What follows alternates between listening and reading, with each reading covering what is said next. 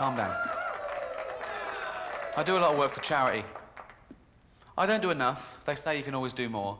But I look at it like this. It's a pain, isn't it? Nothing in it for me. Do a lot of work for cancer. That's my chosen charity. Do a lot of work for people with cancer. And they're welcome to it. But I will say this. If I ever get cancer myself, I'm going to walk into the nearest hospital and go, right, I paid for that machine. Get that little bald fucker off it. Talking of little bald fuckers, I did the teenage cancer gig last year. What? No, I'd done it 2 years before, but they called again last year. We're still ill. You lasted.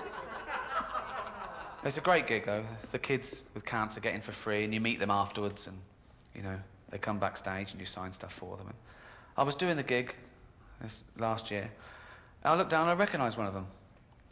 And I thought, oh yeah, he came backstage 2 years ago. He was telling me about his illness, and he said he was 18. And that was then, that was 2 years ago, so now he must be 20. So how the fuck is he still a teenager? And I was doing the gig, and he was laughing along, and I was thinking, yeah, you laugh it up, mate. I was fuming. And eventually it got too much for me. And I went, all right, mate, I recognise you. I went, hello, yeah. You came backstage 2 years ago? I went, yeah. I said, you said you were 18 then? I went, yeah, so you're 20 now? I went, yeah. I said, get out. And I called security, and they came. He struggled, but he was weak. I mean, I think they'd worked out, because although they had trouble getting hold of him to start with, you know, but eventually his drip nearly had someone's eye out. The crowd started booing. I went, hear that? They don't want to see someone like you take the piss out of me. No money. I do a lot of work for AIDS as well. I've worked for AIDS charities for many years, from the mid to late 80s. And back then, people, they didn't know what's this new disease called AIDS. I mean, it's gone from strength to strength now, hasn't it? It's gone global, it's doing very well. Got its own day and everything. World AIDS Day, 1st of December. I don't think it'll ever take off like Christmas. We don't do anything in our house, no decorations. You can't even get a card. They don't do, sorry, you got AIDS cards. They don't exist. Fascinating fact about AIDS. People always learn stuff from my lectures. This is absolutely true.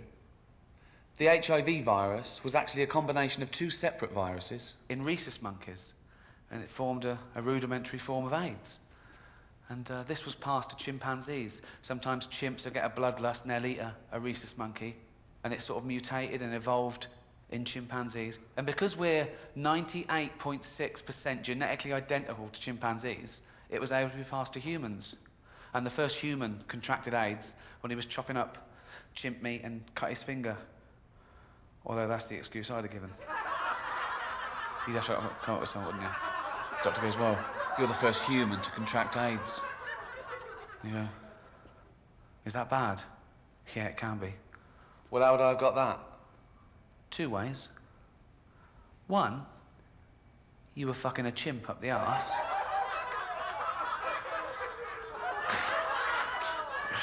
Fucking a chimp up the arse. No way. What's the other way I could have got it? Well, I suppose you could have been chopping up a chimp and cut your finger, that one. I bet he went straight out into the jungle and found that chimp and went, oi, you fucking gave me AIDS. I gave you what? You gave me AIDS. I gave you a blowjob, shush. No, I got AIDS from you. Well, how did I get AIDS? From eating monkeys. I don't eat monkeys. You're either eating them or fucking them. I was eating them. Tastes like chicken. That's how it happened. Thanks very much. Good night.